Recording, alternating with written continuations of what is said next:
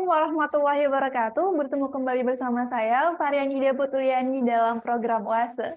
Nah, Tribuners, dalam episode Oase kali ini kita akan membahas mengenai ibadah haji. Seperti yang diketahui, sebentar lagi umat muslim di dunia akan dihadapkan dengan bulan haji. Namun, baru-baru ini warga Indonesia dihebohkan dengan daftar tunggu haji yang begitu panjang. Bahkan melalui daftar antrian dirilis oleh Kemenak, antrian terpanjang terjadi di sejumlah daerah, bahkan hingga puluhan tahun. Lantas, bagaimana jika saat melakukan antrian tersebut kita meninggal dunia? Apakah kita sudah termasuk berhaji jika saat mengantri haji, tapi kita sudah meninggal dunia? Nah, untuk menjawab itu semua, kita sudah terhubung secara virtual bersama Dr. Haji Holilur Rahman, MSI. Beliau merupakan Wakil Dekan 3 Fakultas Usuluddin dan Dakwah UIN Raden Mas Said, Surakarta. Assalamualaikum Pak Holil, bagaimana kabarnya sore hari ini? Waalaikumsalam warahmatullahi. Alhamdulillah baik Mbak Puput. Gimana kabar Mbak Puput? Alhamdulillah baik juga Pak. Baik Pak Holil, untuk episode hari ini kan kita akan membahas tentang haji. Mungkin sebelumnya Pak Holil bisa menjelaskan terlebih dahulu apa itu haji Pak? Oke. Assalamualaikum warahmatullahi wabarakatuh. Alhamdulillahirabbil alamin. Wassalatu wassalamu ala asyrafil anbiya wal mursalin. Sayyidina wa maulana wa habibina Muhammadi wa ala alihi wa sahbihi wa dzurriyyati ajmain. Allahumma sholli ala sayyidina Muhammad wa ala ali sayyidina Muhammad. Qala Allah Ta'ala fil Qur'anil Karim, walillahi 'alan nasi hajjul baiti man istata'a ilaihi sabila. Wa qala fi ayatil ukhra wa atimul hajja wal umrata lillah. Wa qala Nabi sallallahu alaihi wasallam, al hajjul mabrur laisa lahul jaza ilal jannah, sadaqallahul azim wa sadaqa rasuluhul karim. Yang saya muliakan seluruh para pemirsa Tribuners, utamanya Mbak Puput yang kebetulan pada kali ini mendampingi saya selaku host. Di sini saya menyampaikan 3 poin aja dulu sebagai pemantik atau pengantar. Yang pertama, bahwasannya ibadah haji itu hukumnya wajib. Tapi wajibnya itu bersifat manistato'a Mbak Puput. Artinya yang mampu. Sehingga kalau tidak mampu ya kewajiban itu tidak wajib. Kemudian yang kedua, asyhuru ma'lumat, al-hajju asyhuru ma'lumat. Waktunya sudah ditentukan Mbak Puput. Waktunya mulai bulan 1 Syawal, Dzulqa'dah, Dzulhijjah, nanti diakhiri pada tanggal 13 atau 14-an itu. Dengan ditandai haji wada atau tawaf ifadah dan sa'i. Adapun yang ketiga Mbak Puput, yang dimaksud haji itu apa toh? Ibadah haji itu berkunjung ke Baitullah untuk melakukan beberapa amalan, antara lain ada wukuf di Arafah pada tanggal 9 Dzulhijjah, kemudian mabit di Mina, di Musdalifah dan Mina pada tanggal 10, 11, 12, 13 yang sering disebut dengan nafar sani itu Mbak Puput, melempar jamarot, tahallul, tawaf, sa'i, dan amalan-amalan lain yang telah ditentukan untuk memenuhi panggilan Allah dan mengharap ridhonya. Mungkin 3 poin itu Mbak Puput yang bisa saya jadikan sebagai pengantar dari diskusi kita atau jagongan kita terkait persoalan manasik haji. Demikian Mbak Puput yang saya sampaikan sebagai pengantar. Lalu mungkin Pak Holil juga bisa menjelaskan terkait syarat mengikuti haji, Pak. Apakah memang ada batas usianya, mulai berapa usianya, atau syaratnya apa saja sebenarnya, Pak? Adapun syaratnya untuk melakukan ibadah haji yang pertama itu Islam, Mbak Puput. Jadi kalau non-Islam tidak bisa. Makanya kan rukun Islam itu ada 5. Syahadat, sholat, puasa, gitu, puasa pada bulan Ramadan, zakat, zakat fitrah itu, dan terakhir adalah ibadah haji bila mampu. Syarat kedua balik. Balik itu artinya kalau laki-laki ditandai dengan ihtilam atau mimpi keluar sperma, bahkan tidak keluar aja pun sudah dianggap sebagai balik untuk laki-laki. Untuk perempuannya sudah mengeluarkan haid. Ya. Kemudian yang ketiga, pikirannya sehat, Mbak Puput, berakal sehat. Yang keempat, merdeka, dan yang kelima itu Mbak Puput, istitoah, mampu dari segi harta, ya, mampu dari segi keamanan, mampu dari fisik. Kalau kemarin kita sempat pending ya Mbak Puput, 2 kali 2 tahun ya, karena ada COVID-19. Nah, itu berarti kita dalam tanda petik tidak diwajibkan untuk melaksanakan ibadah haji. Itu Mbak Puput. Baik, lalu terkait syarat usia ini Pak, adakah batas usia tersendiri untuk melakukan haji Pak? Tidak, cuman kalau usia kan tadi balik ukurannya. Kalau misalnya sebelum balik karena mungkin rumahnya dekat Mekah sana ya, itu akhirnya dia haji. Atau orang Indonesia, orang Solo Raya ini haji, tapi usianya masih 7 tahun ya, kan belum balik itu. Nah, besok dia berkewajiban ketika sudah balik ya, dia melaksanakan ibadah haji. Tapi kalau masih kanak-kanak sebelum balik itu tidak, Mbak. Ukurannya balik, Mbak. Baik, Pak. Lalu terkait rukun haji, Pak. Adakah memang untuk ibadah haji ini adakah rukunnya tersendiri dan apa saja mungkin, Pak? Ada. Jadi setiap ibadah seperti wudhu, sholat, apalagi yang sedang kita diskusikan sekarang haji, ada 6, Mbak. Yang pertama itu ikhram, niat. Ya, niat nawaitul hajja wa akhramtu bihi lillahi ta'ala. Niatnya di hati, itu namanya rukun. Kemudian yang kedua, wukuf di Arafah pada tanggal 9 Dzulhijjah, mulai duhur itu sampai subuhnya tanggal 9. Ya, tanggal 10. Subuhnya tanggal 10, mohon maaf. Jadi tanggal 9 mulai dari zawal, ya, mulai dari duhur sampai subuhnya tanggal 10. Karena tanggalan Arab, ya, Komariah itu perpindahannya maghrib.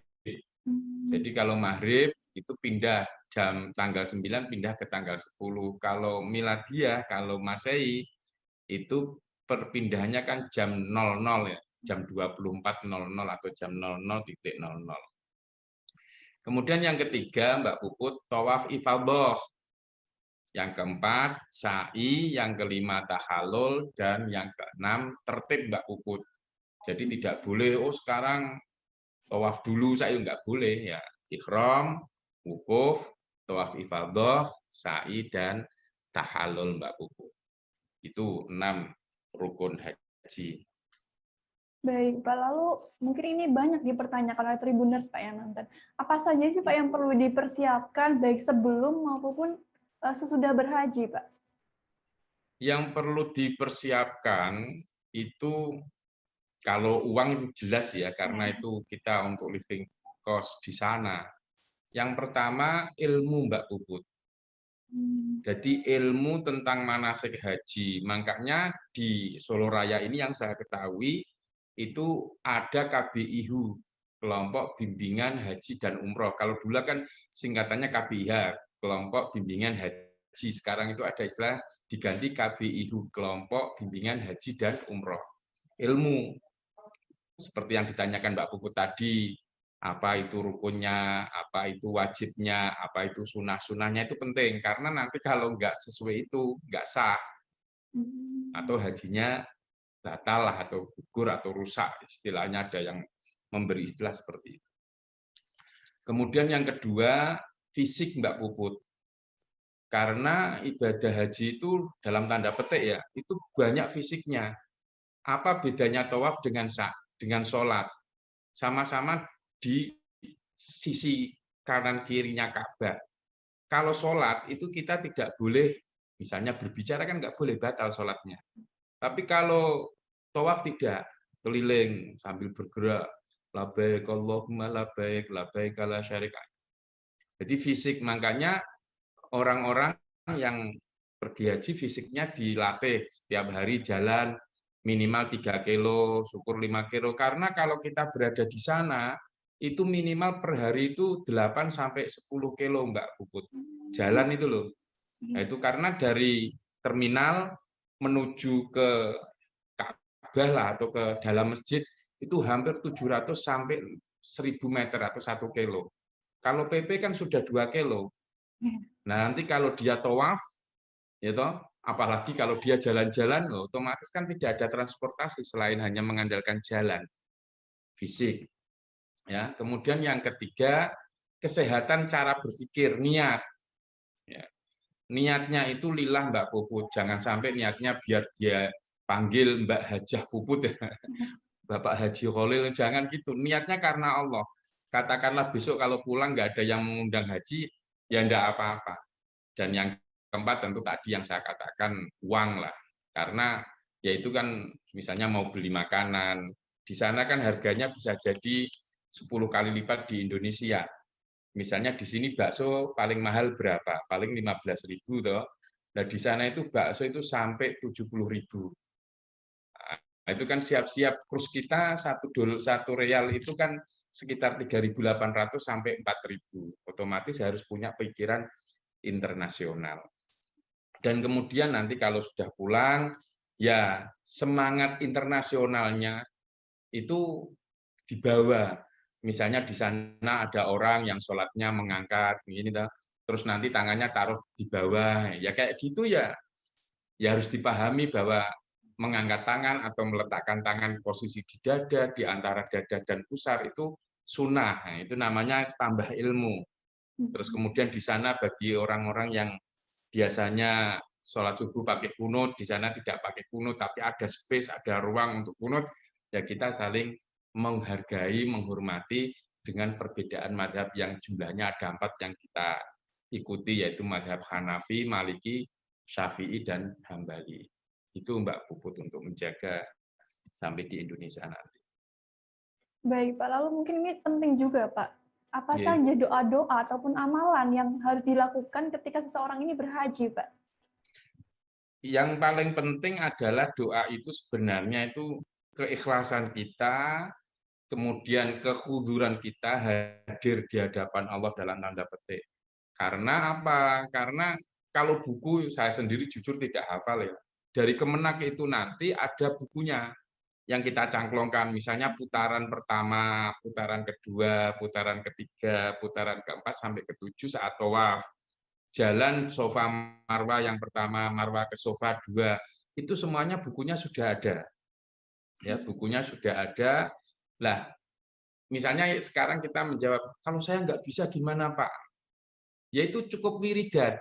Wiridan yang paling terkenal ya doa sapu jagat itu Mbak Put.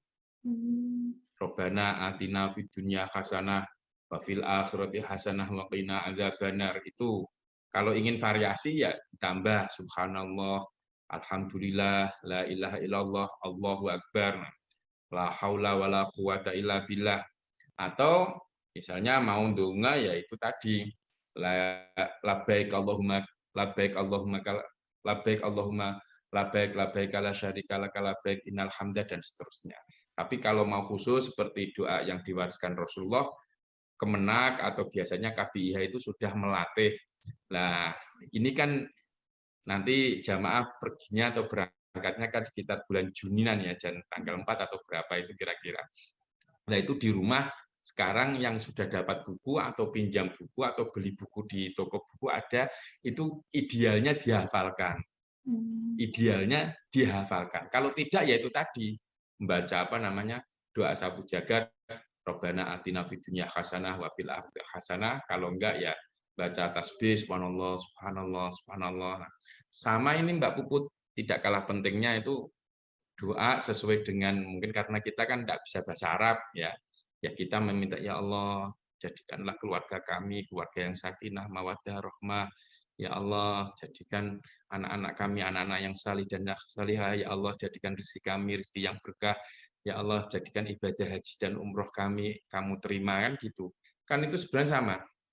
Inna apa namanya Allahumma ja'al hajjan mabruron wa sa'yan mashkuron wa dhanban maghfura wa tijaratan lang tabur ya alima ma fi sudur akhrijna minadz-dzulumati ila nur, kan sebenarnya sama. Cuman kita bahasakan Indonesia atau bahasa Jawa.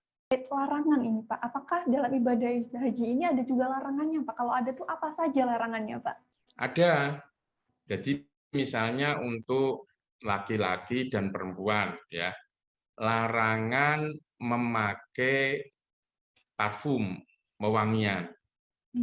Jadi kalau sudah pakai ihram, sudah niat nawaitul hajja wa ahramtu bihi lillahi ta'ala, terus kita jalan labbaik Allahumma labbaik labbaik la syarif. Itu ketika kita merasa bau badan kita tidak enak, itu tidak boleh memakai minyak. Lalu caranya bagaimana Mbak Puput? Caranya adalah sebelum niat ya di mikot itu tubuh kita kita beri minyak.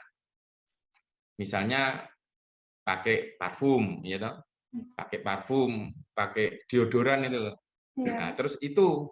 Lah karena haji itu nanti peristiwanya kan tanggal 9, 10 ya toh. Nanti kalau sudah tahalul boleh, tahalul awal namanya tanggal 11, 12, 13 boleh pakai parfum. Itu yang pertama yang terkait dengan pemakaian minyak wangi. Kemudian yang kedua, Mbak Puput, khusus laki-laki. Ya. Laki-laki tidak boleh memakai pakaian yang berjahit. Pakaian yang berjahit itu seperti apa? Seperti sarung, Mbak Puput. Itu kan melingkar ya.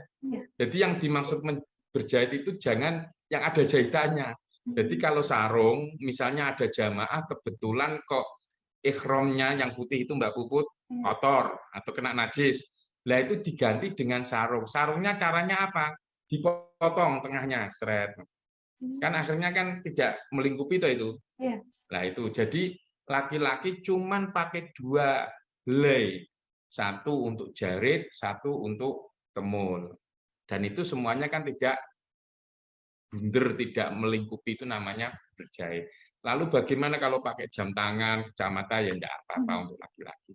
Laki-laki juga tidak boleh kepalanya ditutup, Mbak Put. Gini enggak boleh. Makanya laki-laki harus gini. Itu untuk laki-laki. Termasuk sandalnya Mbak Puput, idealnya itu pakai sandal jabret.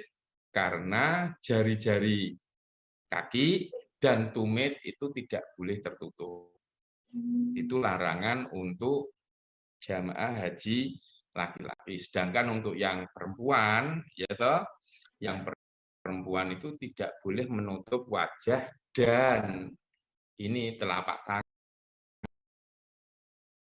tangan. Jadi ketika ihram dia memakai seperti sholat, ya, seperti sholat kecuali muka dan telapak tangan. Pertanyaan selanjutnya kan begini, lah sekarang kan situasinya COVID, pakai masker kan itu. Lah itu karena darurat istilahnya, karena emergensi itu dibolehkan. Lah lalu ya tentu kan ibadahnya kan kurang, harusnya wajahnya terlihat, tapi kenapa pakai masker ya? Yaitu ditambalilah dengan bersedekah ya.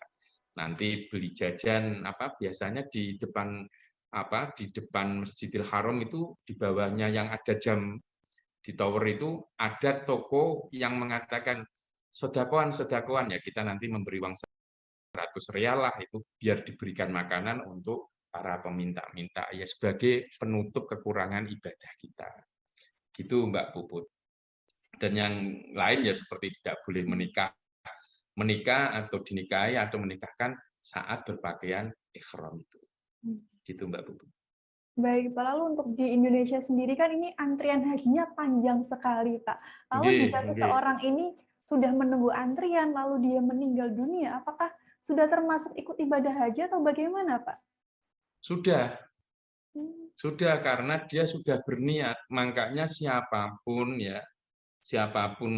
sebagai muslim, muslimah, utamanya yang sudah punya uang, dia harus punya niatan haji. Karena kan wajib itu.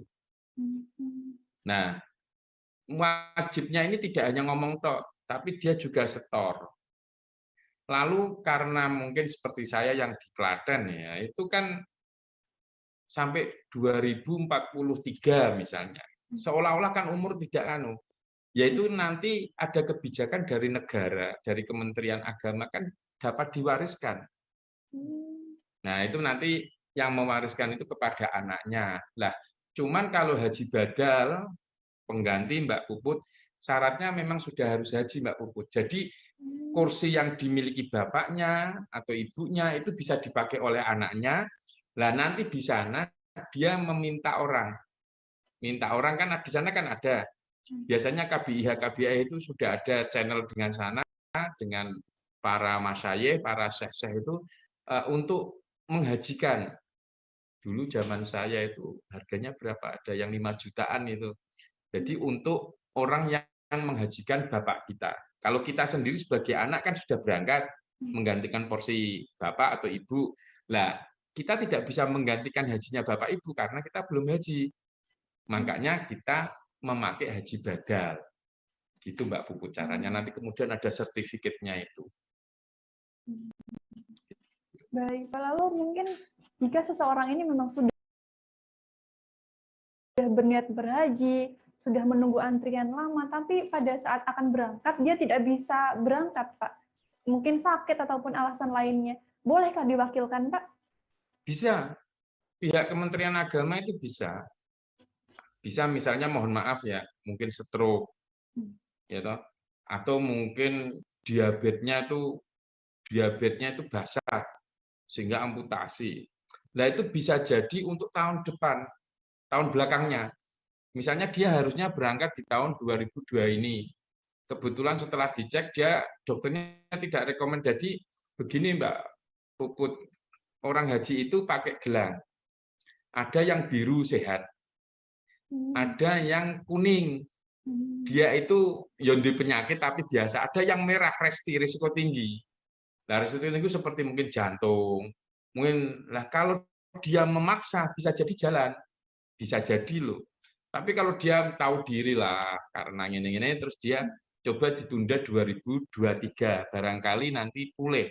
Sama seperti wanita Mbak Puput. Wanita yang hamil kan tidak boleh Mbak Puput. Ya, nah, itu ditunda tahun belakangnya. Porsinya tetap seperti itu, digantikan oleh yang ada di dan itu biasa karena daruratus syar'i istilahnya, karena dalam keadaan darurat dan negara atau kementerian itu sangat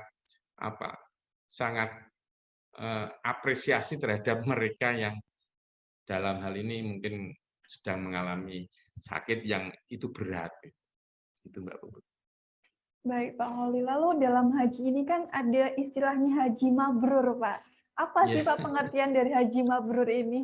Ya, sama lah. Istilahnya haji mabrur itu haji yang diterima oleh Allah.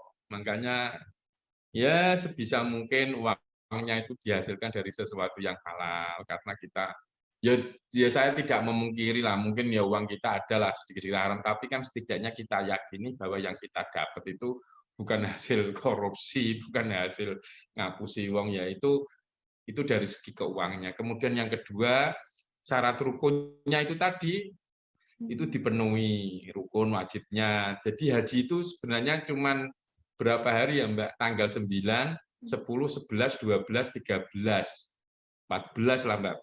Tanggal 9 itu kita namanya itu wukuf di Arafah.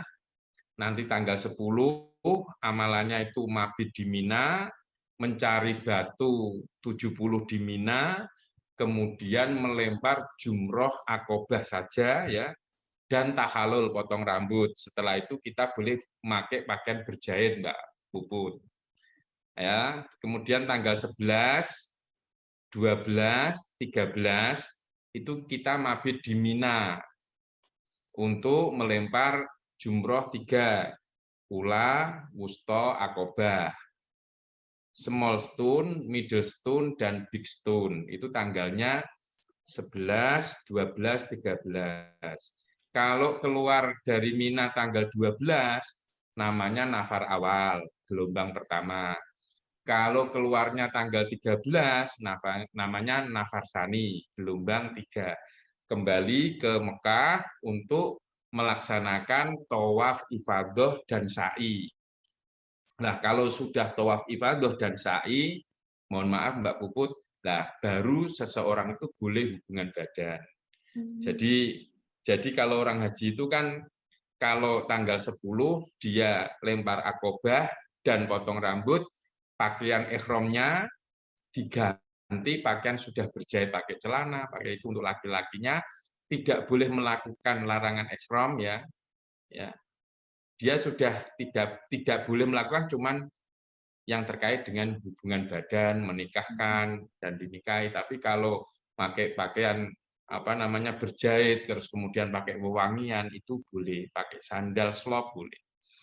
Terus kemudian nanti kalau mau pulang ke Indonesia, ke tanah air, atau pulang ke Madinah bagi gelombang pertama, dia melakukan yang namanya tawaf wada, tawaf perpisahan. Nah kalau itu dilakukan, insya Allah lah hajinya mabrur. Dan ciri-cirinya apa? Ciri-cirinya yang pertama itu dia itu sudah hidupnya itu nyah-nyoh.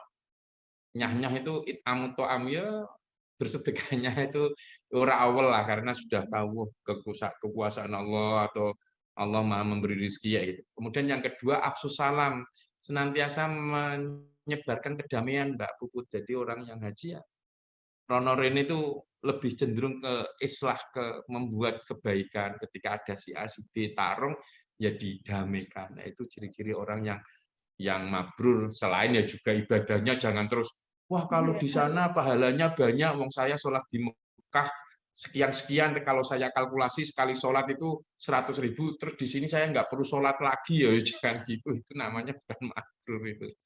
Gitu Mbak Puput. Baik, Pak Holil. Lalu di Indonesia sendiri kan ini ada budaya mengantar haji, Pak. Ya, Katanya pahalanya ini seperti naik haji, Pak. Apakah itu betul, Pak? ya enggak lah. Kalau kalau itu ya enggak, cuman kan eh, orang yang mengantarkan haji karena mengikuti Rasulullah. Jadi Rasulullah ketika mau haji itu minta doa kanan kirinya. Aku didoakan, aku besok mau haji gitu. Jadi kita ikut Rasulullah melepas. Dan orang ibadah haji zaman hari ini tahun 2000-an ya 2022 ini itu berbeda Mbak dengan tahun 70 ke belakang. 70 ke belakang itu kan pakainya perahu, pakainya kapal Mbak. Hmm. Makanya hajinya itu 6 bulan, Mbak. Dulu yang bisa haji itu kan orang orang tani. Dia menanam, ya toh, ditinggal haji, pulang panen. Karena 6 bulan. Kalau hari ini kan hajinya kan cuma 40 hari. Karena pakai pesawat. Dan hari ini orang sudah terbiasa kayak Mbak Puput kan biasa Pak naik pesawat Solo, Jogja, Solo, kan biasa, saya juga biasa. Jadi bukan satu yang aneh.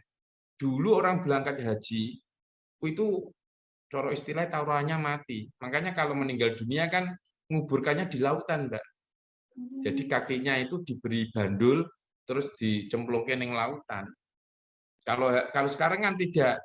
Kalau sekarang misalnya meninggal samping kita ya tinggal ditutupi apa namanya selimutnya itu di pesawat, terus nanti ketika turun baru jenazah diangkat. Lah, karena itu makanya ada doa-doa lah, doa keselamatan, doa berharap bisa pulang lagi ke Indonesia, ya karena berat. Nah, apalagi belum cuacanya Mbak.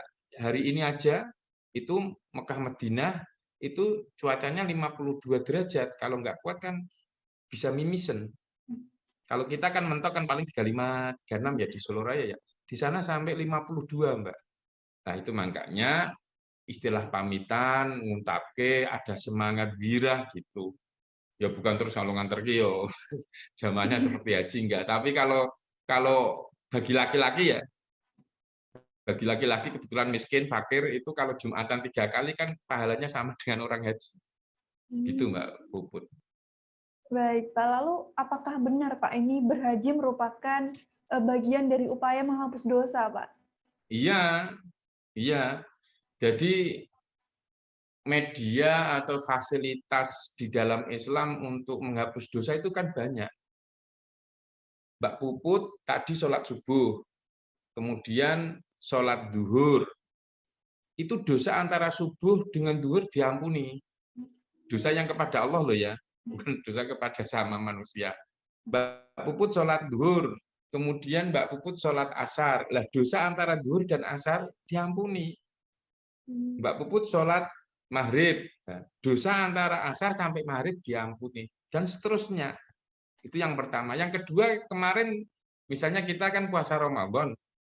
Man shoma Ramadhana imanan wa ihtisaban ghufira lahu ma taqaddama min dzambi. Siapa yang mau puasa Ramadan ya dilandasi iman dan berharap ampunan, itu dosa 1 tahun 11 bulan yang kita lalui kan diampuni. Sama dengan haji. Haji itu kalau sudah apa namanya di Arafah, itu coro istilahnya orang jaluk ngapura wae di dosane diampuni tanggal 9 itu. Dan ada hadis itu al umroh ilal umroh kafaratun lima bainahuma. Mbak Puput umroh di tahun 2010, Mbak Puput umroh lagi di tahun 2020. Dosa antara 2010 sampai 2020 ini diampuni semua. Padahal besok Mbak Puput kalau pergi haji kan mesti umroh. Nah, itu fasilitas-fasilitas Allah tentang pengampunan. Tetapi kalau dosa sesama manusia, Mbak Puput ya harus minta ikhlas. Misalnya saya salah sama Mbak Puput, ya saya harus, Mbak Puput saya minta maaf. Kalau oh ya, lah itu baru Mbak Puput kemarin saya mengambil mangga Mbak Puput atau ayam Mbak Puput, lah itu, nah itu baru kalau namanya sesama makhluk gini ya harus minta maaf. Tapi kalau sama Allah, Allah Al-Ghafur, zat yang Maha Pengampun. Gitu Mbak Puput. Baik, Pak. Lalu ini juga ada yang mengatakan kalau pahala pergi haji ini seperti pahala orang berjihad di medan perang, Pak. Benar atau Iya, tidak? itu bagi katanya Aisyah seperti itu.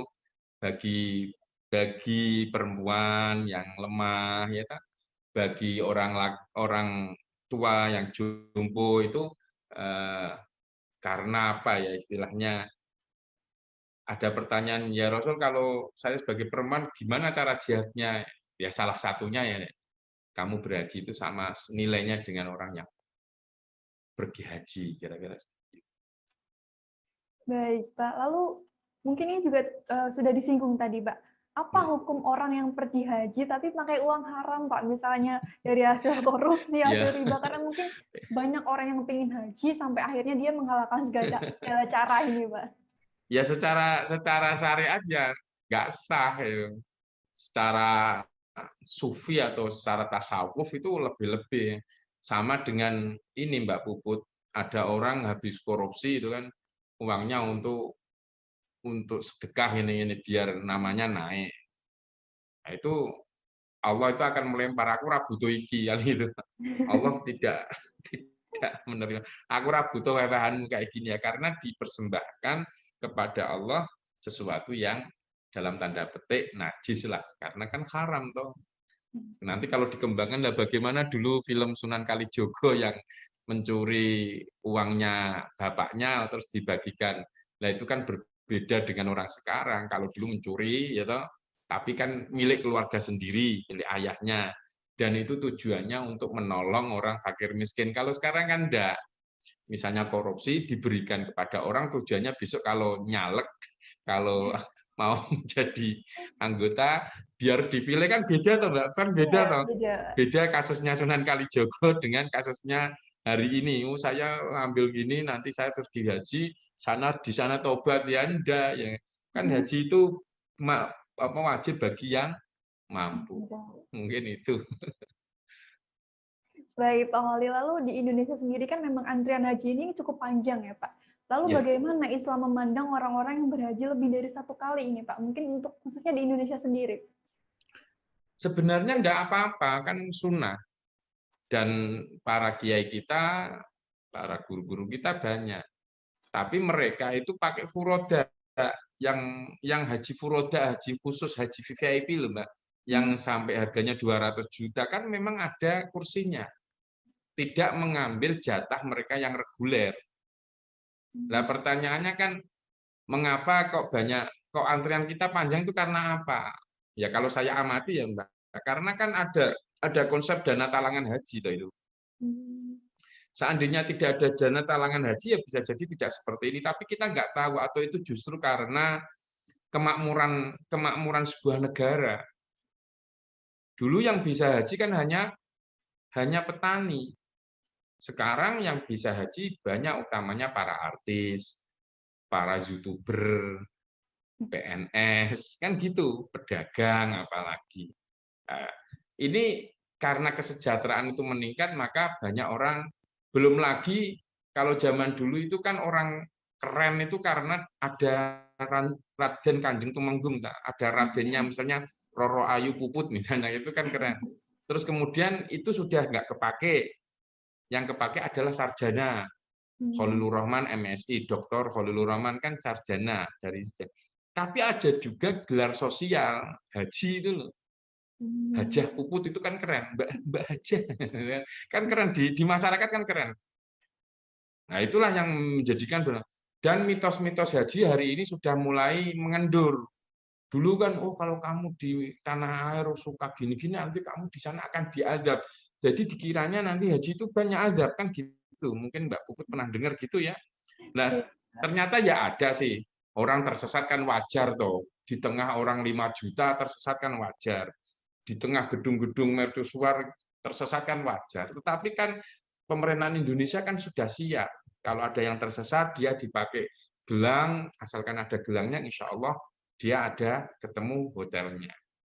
Sehingga bagi mereka yang haji 2 kali, 3 kali, ya nggak apa-apa. Nggak apa-apa. Meskipun ya ada yang mengatakan itu mbok gantian yang lain.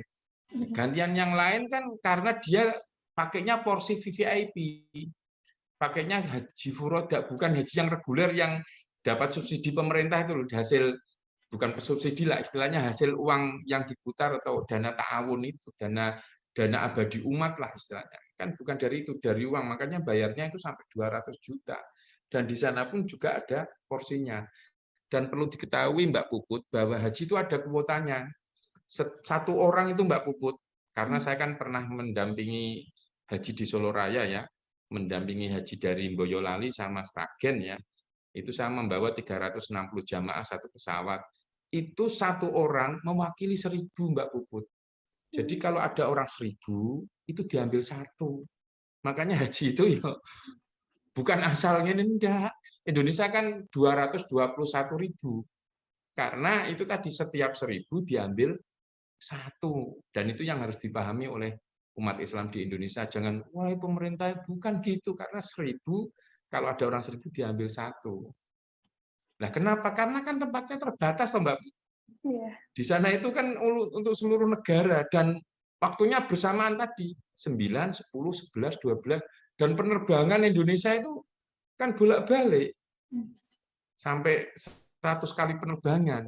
Coba bayangin aja 40 hari loh Mbak Puput mengelola. Orang yang kaya dan mampu pergi haji, kok dia tidak haji, ini matinya itu istilahnya bisa jadi keluar dari Islam. Sek lah istilahnya kalau nggak mau. Jadi orang yang mampu, ya toh, kok tidak berpikir untuk pergi haji, ya ini sangat dikecam. Makanya tadi saya katakan di awal, bagi yang mampu segera daftar. Karena ini wajib. Kalau yang nggak mampu, enggak, kan ada kata manis tatoa. Jadi kalau yang nggak mampu ya nggak haji. Tapi kalau mampu dia wajib. Meskipun seperti yang ditanyakan Mbak Puput tadi, kan antriannya kan 2040. Pak, ya dia tetap seperti harus mendaftar. Nanti kalau dia meninggal dunia, dia sudah terhitung haji, dan porsinya itu untuk oleh negara diwakilkan kepada para ahli warisnya untuk mewakili bapak atau ibunya yang meninggal. Baik, Pak, ini pertanyaan terakhir, Pak. Dan biasanya ini banyak yang melakukan ini, Pak. Bolehkah kita titip doa pada orang yang berhaji, Pak? Oh, boleh sekali. Jadi misalnya Mbak Puput mau pergi ya, yaitu kan mungkin bapak, ibu, om, tante, atau kakak, adik nulis. Nah, nanti Mbak Puput di tempat-tempat mustajabah, multazam, di Arafah, Musdalifah, Mina, yaitu dibacakan dari Abdullah. Ya Allah, semoga saya dimudahkan dalam mencari pekerjaan, kemudian dalam mencari jodoh, segera lulus S2 saya, Al-Fatihah. Dari siapa? Misalnya dari namanya apa jenenge Dodi, terus dibacakan bla bla bla, Al-Fatihah, itu dibacakan satu-satu. Dan itu wajar lah, kan kita sesama muslim sebaiknya mendoakan tanpa diketahui. Itu apalagi ini didoakan di tempat-tempat mustajabah, Raudhah ya kalau di Medina, kalau di Mekah banyak ya, Musdalifah, Arafah, apa namanya? Multazam antara Hajar Aswad dan pintu Ka'bah itu multazam, kemudian Arafah, terus Musdalifah, Mina, saat sa'i, saat tawaf, wah itu banyak itu tempat mustajabah dan itu malah bagus itu. Sebagai apa? Kontribusi kita, cara istilahnya mereka sudah mendoakan kita di tanah air agar bisa sehat dan pulang kembali dengan selamat dan membawa haji mabrur, kita pun timbal baliknya adalah mendoakan mereka dari tempat-tempat yang mustajabah. Mungkin itu Mbak Puput. Baik, Pak Holil. Mungkin sebelum kita tutup episode Oase kali ini, Pak Holil bisa memberikan pesan ataupun closing statement terkait tema haji ini, Pak? Ya, yang pertama, haji itu unik karena perintahnya itu diawali dengan Allah dan diakhiri dengan Allah. Diawali dengan Allah, walillahi ala nasi hijul baiti man istata'a ilaihi sabila, diawali dengan Allah. Diakhiri dengan Allah, wa atimul hajja wal umrata lillah.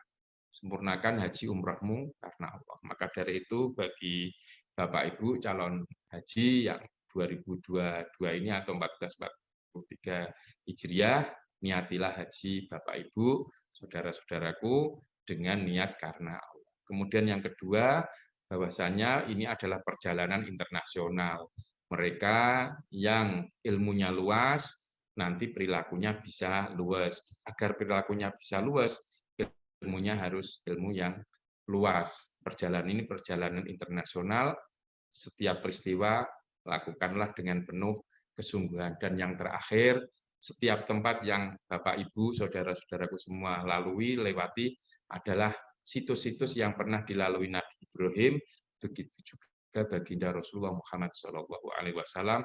Karena itu, ambillah hikmahnya, banyak mencari ilmu lewat baca-baca. Insya Allah, haji Bapak Ibu akan menjadi haji yang mabrur, diterima oleh Allah Subhanahu wa taala. Mungkin itu Mbak Puput kurang lebihnya. Terima kasih. Wassalamualaikum warahmatullahi wabarakatuh. Baik, Tribuners, itulah penjelasan dari Pak Holil terkait haji. Semoga bermanfaat untuk kita semua. Sekali lagi terima kasih Pak Holil. Iya, sama-sama. Nantikan terus episode-episode Oase selanjutnya setiap hari Jumat pukul 3 sore hanya di YouTube dan Facebook tribunnews.com. Saya Faria Nida Putriani beserta kru yang bertugas mohon pamit undur diri. Wassalamualaikum warahmatullahi wabarakatuh. Terima kasih sudah nonton. Jangan lupa like, subscribe, dan share ya.